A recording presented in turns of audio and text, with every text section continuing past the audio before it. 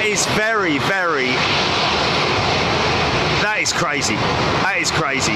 Mate, you are gonna get...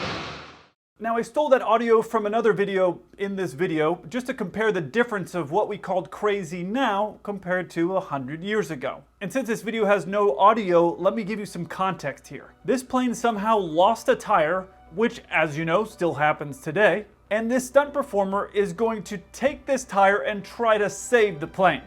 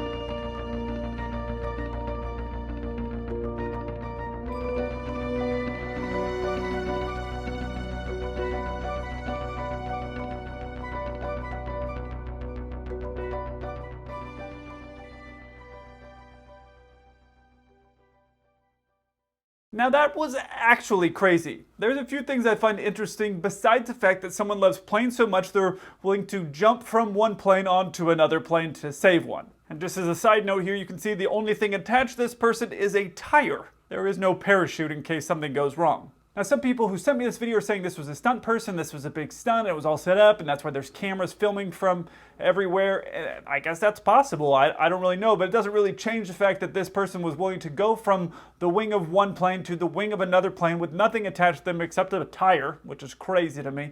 And then the other thing is these pilots, back in the day, this was like 100 years ago, I'm guessing they didn't have a lot of flight time, maybe a few hundred hours, maybe 1,000 hours, I don't really know. But that's not a lot of flight time to do a maneuver like this. Now, if you were to do something like this, there would be so much training and coordination for this to happen. And this was, I think, just a spur of the moment. Hey, the tire fell off. Let's go and do this thing where you climb from one plane to another plane and then attach a tire. Crazy. One of the biggest things I found interesting was when this person climbs from one wing to the other wing, notice that neither plane really banks very much. As the weight from this person transfers from one plane to the next plane, you almost see no movement, which is very strange. Here's why that surprises me. All planes have a center of gravity, and there's a few different ways that that center of gravity moves, but in this case, it's running right through the middle of the plane. And if you were to add a bunch of weight to the end of that plane, the further out you go, the more correction you're going to have to make. And this person is getting off the wingtip of one plane onto the wingtip of another plane. If she were joining right close to where the cabin is, I guess you could say, or the body of the plane, okay, I could understand there being almost no movement, but that's not the case. They're getting from the wingtip onto the wingtip, so that is going to be where the most impact is going to be felt. The easiest way I can explain this to you is if you're like holding a pen or a ruler.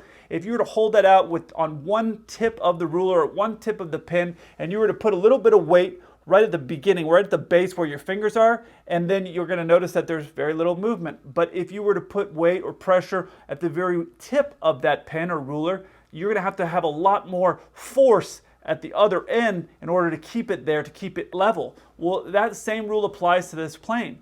But by this person getting off of the wingtip and onto the wingtip, there's going to be a lot of correction that's going to be having to be put in. I don't know if I said that right, but the pilot's going to have a lot of extra correction. It's going to have to transfer as the weight transfers, and you can't start too early or start too late without hitting the other plane or throwing this person off. As this person climbs off of one wingtip and onto the other wingtip, you're barely seeing any movement on the wings. But there's definitely a lot of correction that the pilots would have to be putting in here. As the person climbed onto the plane, if that plane made no correction, that wingtip would end up dipping and possibly hitting the other plane below it. Or if they overcorrected as the weight changed, if they overcorrected, they could end up throwing that person off of the plane. So there is a lot of control from both pilots to prepare for this transfer, and that's not really easy to do. It's not a skill that I have.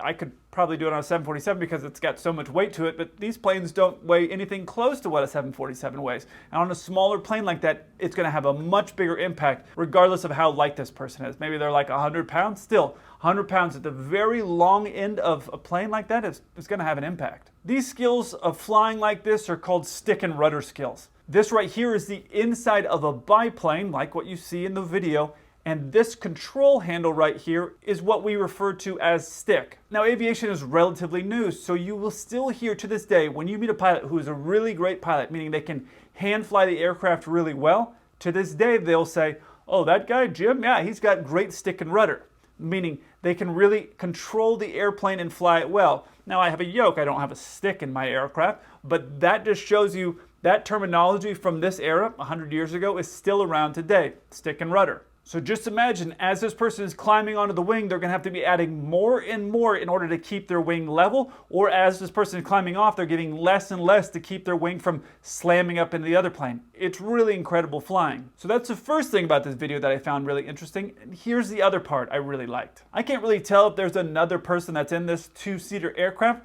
but I'm guessing they would have stood here anyways. And this pilot grease this landing on with these tiny tires on what appears to be a random piece of dirt and sand. It's just crazy to me that just 100 years ago or less than 100 years ago, this is what was going on. And in about 4 or 5 hours, I'm going to be flying a plane that's going to take off weighing close to 1 million pounds. It's just wild to me just how much has changed in 100 years in aviation when I watch something like this.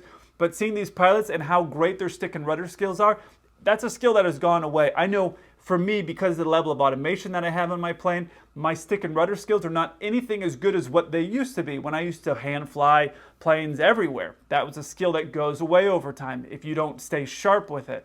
Because of the automation being safer, especially for fatigue management and things like that, it's safer to keep that automation that's there, but then it's really at the pilot's discretion to disconnect the autopilot and hand fly the plane, which is why you will see a lot of times pilots will take off, and during the takeoff phase where the plane is leveling off, banking, turning, a lot of pilots will hand fly up through 10 or 18,000 or up to cruise, and that is to keep those skills sharp because they go away. The same thing on the descent.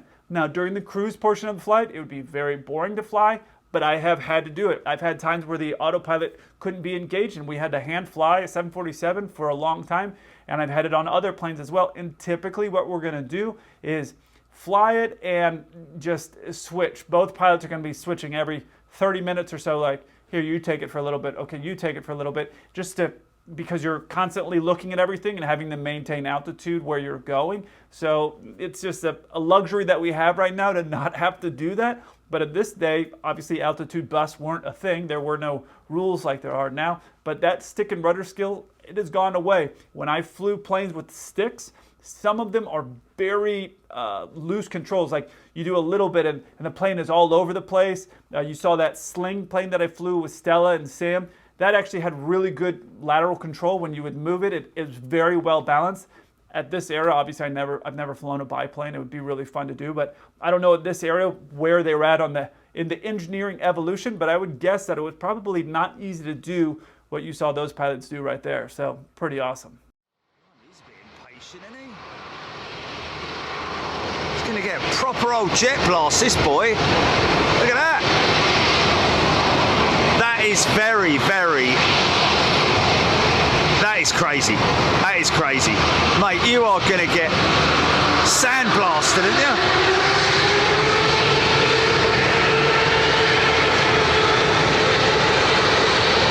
That is crazy.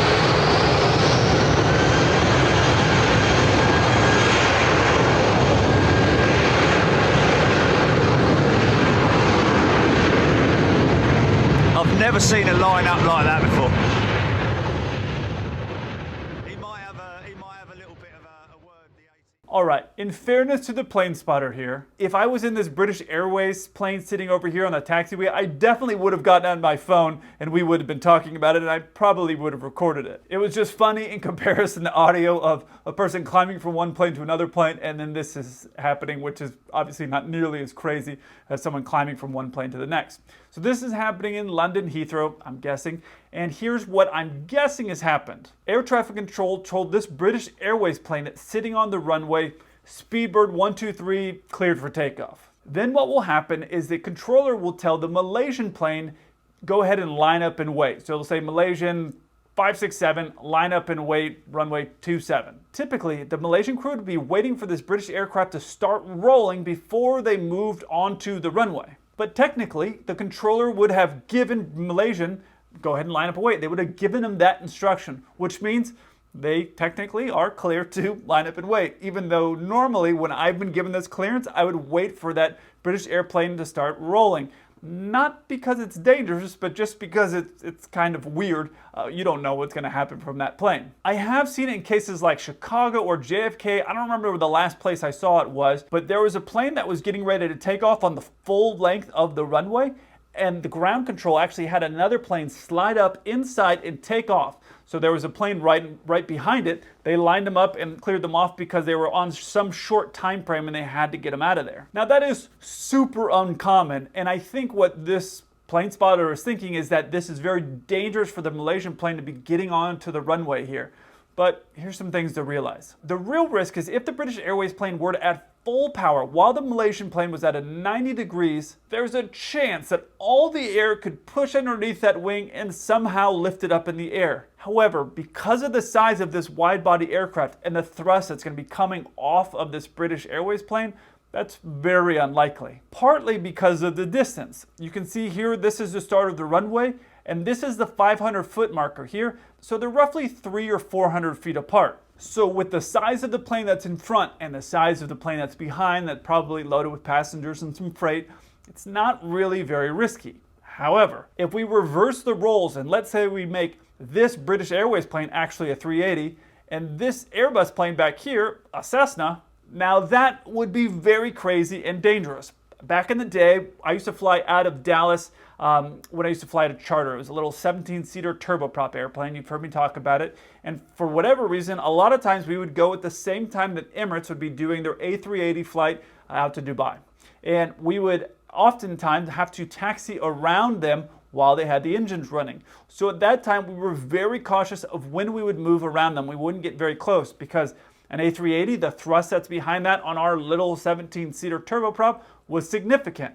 However, if that, obviously these aren't similar in size comparison, but if that A380 got right behind us as we were getting ready to take off, the impact would be zero. However, if just them taxiing, if we were to move behind them and be at a 90-degree angle, when an Airbus wanted to just move forward, it could flip our plane over. So everything is relative in size. So of these two videos, this one is crazier in terms of pilot skills and risk of death, and this one is more crazy in terms of decision making because it makes very little sense. But nobody in that London video was at any risk of dying despite how excited this plane spotter was.